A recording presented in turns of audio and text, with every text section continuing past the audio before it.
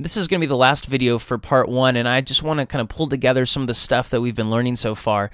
So what is God's design? What we see is that Genesis provides the pattern for marriage and sexuality.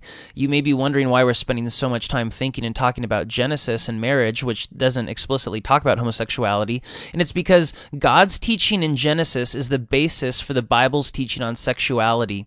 Interestingly, as you read through the Bible and as you specifically read through the New Testament, the writers and preachers and teachers in the New Testament are consistently referring back to Genesis.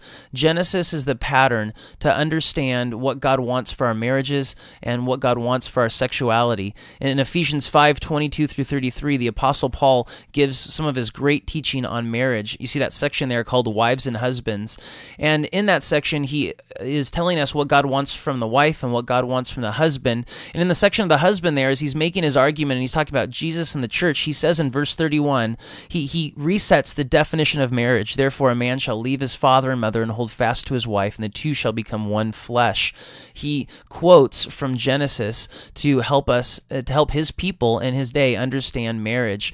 And this happens throughout the Bible. Jesus himself, when he teaches on marriage, goes back to Genesis because that is God's pattern. Even though it happened a really long time ago, Genesis is still the lens through which we should look at marriage and sexuality. And so the teaching in Genesis must guide our opinions too.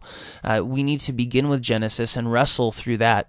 Now, let me kind of put together some conclusions based on what we've studied so far.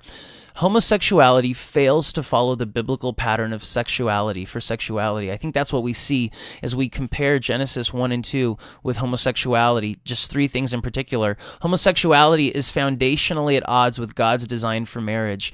God's design for marriage was a man and a woman, and homosexuality is the antithesis of that.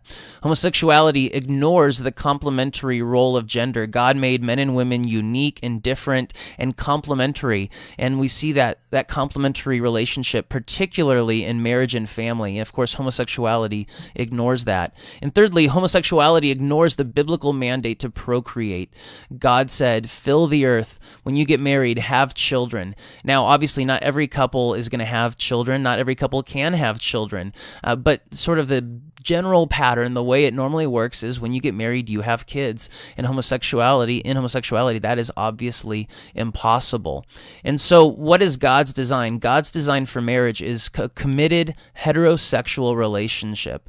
And it's really important to understand that as we move forward. Now, from here in the next part in the series, we're going to look at the New Testament and some of the direct things it says about homosexuality. So I hope you'll join us for those videos. But before you do that, spend some time discussing what are some of the benefits of following God's design for marriage and sexuality, and what are some of the consequences of ignoring God's teaching in these areas.